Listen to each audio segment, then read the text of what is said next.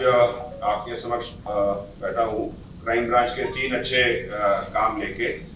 हमारी 3 अलग अलग डीसीपीज की टीमों ने 3 अच्छे काम किए हैं।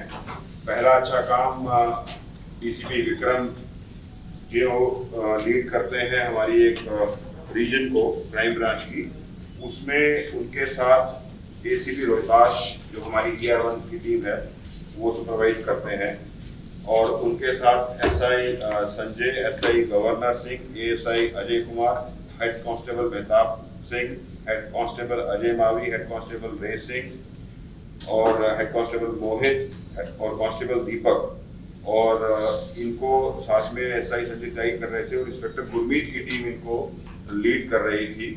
इन्होंने एक गैंग को पकड़ा है, 4 लोग पकड़े हैं, और ये 4 लोग बैंड बाजा बारात गैंग के नाम से जाने जाते थे। ये चारों लोग मध्य प्रदेश में एक राजगढ़ जिला है वहाँ से आते हैं, और वहाँ पर कड़िया एक गांव है और गुलकेशी एक और गांव है, गुलकेशी भी बोलते हैं उसको।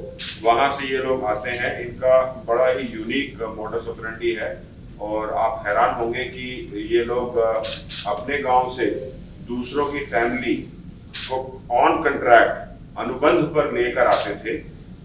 पूरा एक बकायदा वर्बल कंट्रैक्ट होता था दूसरी फैमिली के साथ। उस फैमिली की जो फैमिली मेंबर्स हैं, औरतें और बच्चे, उनको साथ लेकर ये हिंदुस्तान के पॉश एरियाज में जहां पर शादियां हो रही हैं, बैंक्वेट हॉल में और बैंक्वेट गार्डन्स में, वहां पहुंचकर ये जो टारगेट करते थे ऐसे बैग्स को। आप सभी जानते हैं कि शादियों में अक्सर लोग बैग में कैश और ज्वेलरी लेकर चलते हैं, शादियों में काम आने वाली चीज होती है।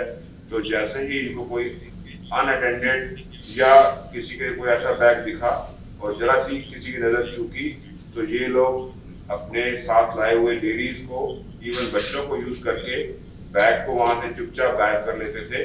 और कैस्केडिंग इफेक्ट के साथ, एक चेन इफेक्ट के साथ, जिसे बोलते हैं कि बैग ऐसे उठाया, दूसरे आदमी को दिया, दूसरे ने तीसरे को दिया, तीसरे ने चौथे को दिया, चौथा पहुंचा रेलवे स्टेशन, वहां से सीधा बैग ले गए, अपने गांव पहुंच गया कैश के साथ और ज्वेलरी के साथ। तो अगर कोई पकड़ा भी गया तो कैश और ज्वेलरी तब तक उनके गांव पहुंच चुकी होती थी। तो ये बहुत ही एक यूनिक तरीका है। बैंड बाजा बारात के हमने 4 लोग गिरफ्तार किए हैं। इसका जो सरगना है, जो हेड है, वो उसका नाम है राजू राजकुमार, और साथ में हमने मोहित पकड़ा है, सुमित पकड़ा है और करण को पकड़ा है। और इनके पास से हमारे को 5 तो मोबाइल फोन मिले हैं और 13 सिम कार्ड मिले हैं जो फेक आइडेंटिटी पे यूज हुए हैं। और पूछताछ करने पर, और हम लोगों ने केसेस पे काम भी कर रहे थे, इन्होंने बताया कि ये काफी वारदातों में शामिल रहे हैं। कुछ सीसीटीवी फुटेजेस हमारे को मिले हैं। हिसार में एक अभी रिसेंटली इसी तरह की वारदात हुई थी, उससे ये कनेक्ट भी हो गए हैं। साथ साथ अलीपुर के 2 केस।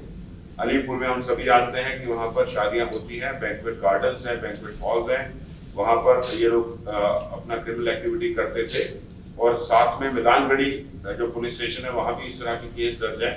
वहां भी बैंक्वेट हॉल्स हैं और बैंक्वेट गार्डन्स हैं, तो वहां भी एक केस कनेक्ट हो चुका है। अब तक हम लोग 4 केस कनेक्ट कर चुके हैं और पूछताछ जारी है। इनका एक और मोडस ऑपरेंडी है कि ये जो 4 लोग हैं या इनके जितने साथी हैं, वो सभी उसी जगह से ही आते हैं। और ये लोग जब अरेस्ट होते हैं, उसके जब बेल मिलती है, तो दोबारा कभी टर्न अप नहीं होते, कोर्ट में दोबारा पेश नहीं होते, और सभी के सभी पीओ डिक्लेयर हो जाते हैं। तो इनको पकड़ना काफी मुश्किल था। हम लोगों के पास काफी शिकायत भी आ रही थी, केसेस दर्ज हो रहे थे। दूसरी स्टेट से भी हमारे पास इंफॉर्मेशन आ रही थी कि वहां भी इस तरह की हरकत हो रही है। तो हमने ये 4 लोग गिरफ्तार करके बैंड बाजा बारात गैंग को हमने बस कर लिया है। और शादियों में होने वाली जो वारदातें हैं जिसमें बैग चोरी होते हैं कैश और ज्वेलरी के साथ, उस पर अब मुझे लगता है काफी रोकथाम होगी। सर,